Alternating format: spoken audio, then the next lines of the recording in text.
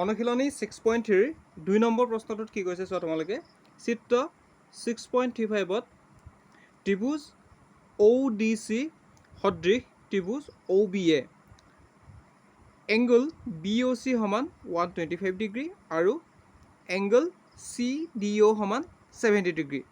এতিয়া আমাক কি উলিয়াবলৈ কৈছে এংগল DOC আৰু এংগল DCO আৰু এংগল OAB নিৰ্ণয় কৰা। এনেকুৱা ধৰণৰ প্ৰশ্নবোৰ তোমালোকৰ পৰীক্ষাত অহা দেখা যায়। এতিয়া তোমালোকে এইটো চিত্ৰটো ভালকৈ লক্ষ্য কৰা, ইয়াত কি কি আছে। মই এইটো চিত্ৰটো আঁকি লৈছোঁ প্ৰথম। এইটোৱে হৈছে চিত্ৰটো।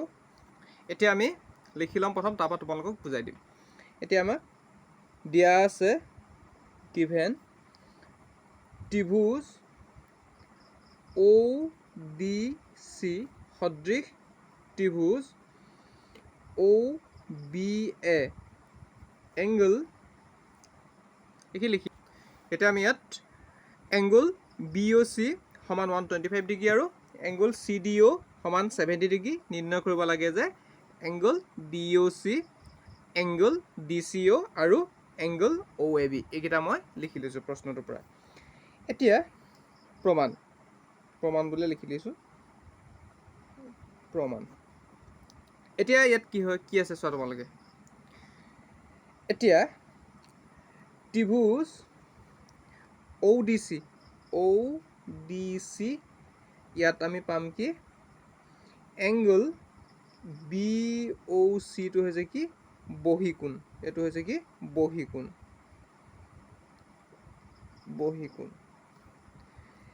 এতেকে আমি লিখিব পাৰোঁ এংগল BOC সমান angle DCO plus angle CDO আমি লিখিব পাৰোঁ। কিয় লিখিব পাৰোঁ মই লিখি দিছোঁ, যিহেতু ত্ৰিভুজৰ এটা বহিকোণৰ মাপ ইয়াৰ দূৰৱৰ্তী অন্তঃকোণ দুটাৰ মাপৰ সমষ্টি সমান, সেইটো মই ইয়াত লিখি লৈছোঁ চোৱা।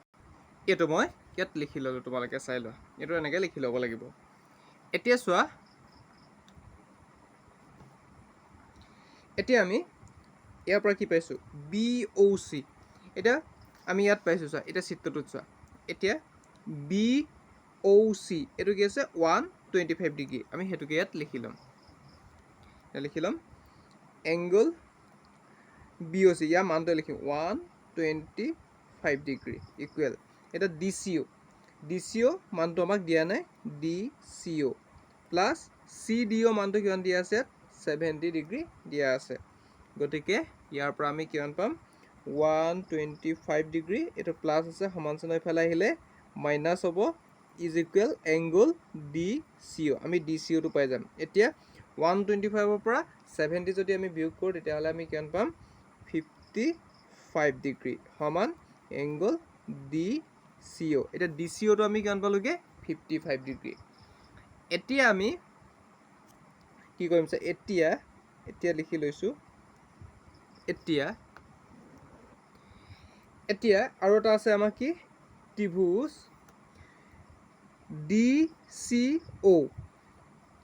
DCOত পাওঁ। এতিয়া DCOত পাওঁ কি এংগল আমি কিমান পাম CDO plus angle DCO plus angle DOC সমান 180 ডিগ্ৰী। এইকেইটা আমি কিয় মতে পাওঁ, এতিয়া ত্ৰিভুজৰ কোণৰ সমষ্টি মানে ত্ৰিভুজৰ তিনিটা কোণৰ সমষ্টি আমি কিমান পাওঁ 180 ডিগ্ৰী।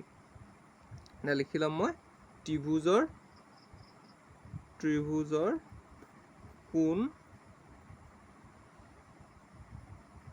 কোণৰ সমষ্টি। কোনকেইটা কৈছোঁ তোমালোকে চাই লোৱা। ত্ৰিভুজৰ কোণৰ সমষ্টি মই কেইটা লিখি লৈছোঁ, কোনকেইটা চাই লোৱা তোমালোকে। এইটো চোৱা তোমালোকে। এতিয়া আমি ইয়াৰ মতে কি পাইছোঁ চোৱা। এতিয়া ইয়াত চোৱা CDO এই কোণটোৰ কথা কৈছে। আকৌ আমি পাম কি DCO এই কোণটোৰ কথা কৈছে। আকৌ আমি পাম কি DOC এই কোণটোৰ কথা হৈছে। এই তিনিটা কোণ লগ লাগি কিমান হৈছে 180 ডিগ্ৰী হৈছে। এতিয়া আমি কি লিখিম চোৱা, এতিয়া মানখিনি লিখি ল'ম 70 ডিগ্ৰী প্লাছ এইখিনি আমি উলিয়াই লৈছিলোঁ 55 ডিগ্ৰী প্লাছ OC সমান 180 ডিগ্ৰী। এতিয়া আমি এইকেইটা যোগ কৰিলে আমি কিমান পাম? এইকেইটা যোগ কৰিলে আমি পাম 125 degree plus angle DOC is equal 180 degree. এতিয়া DOC ইজ ইকুৱেল 180 ডিগ্ৰী। এতিয়া 125টো ইফালে গ'লে কি হ'বগৈ? প্লাছটো মাইনাছ হৈ গ'ল 125। এতিয়া এংগল DOC সমান কিমান পাম? এতিয়া 125 গ'লে আমি এইটো কিমান পামগৈ? 55 ডিগ্ৰী পাম। এইটো আমি কিমান পালোগৈ? 55 ডিগ্ৰী। এতিয়া আমি ইয়াত কি পাম চোৱা আকৌ এইখিনি তোমালোকে ষ্টেপ বাই ষ্টেপ তোমালোকে বুজি ল'বলৈ চেষ্টা কৰা, তেতিয়া তোমালোকে সহজতে কৰিব পাৰিবা। এতিয়া আমি পাম কি? ত্ৰিভুজ ODC সদৃশ কি বুলি কৈছে? ত্ৰিভুজ OBA এইটো সদৃশ বুলি কৈছে। এইটো আমাক দিয়া আছে, এইটো আমি গিভেন বুলি লিখিব পাৰোঁ। এইটো আমাক দিয়া আছে। এতিয়া যদি দিয়া আছে এতেকে আমি ইয়াত লিখিব পাৰোঁ এংগল DCO সমান এংগল OAB বুলি লিখিব পাৰোঁ, যিহেতু সদৃশ ত্ৰিভুজৰ অনুৰূপ কোণবোৰ সমান। এতিয়া লিখি ল'ম সদৃশ ত্ৰিভুজৰ অনুৰূপ অংশ।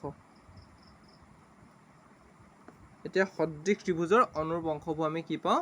সমান বুলি পাওঁ। তেনেহ'লে আমি লিখিব পাৰোঁ এতেকে এংগল OAB সমান 55 ডিগ্ৰী। এতিয়া আমি গোটেইকেইটা মাপ পাই গ'লোঁ। এইটোৱে হ'ব নিৰ্ণয় সমাধান।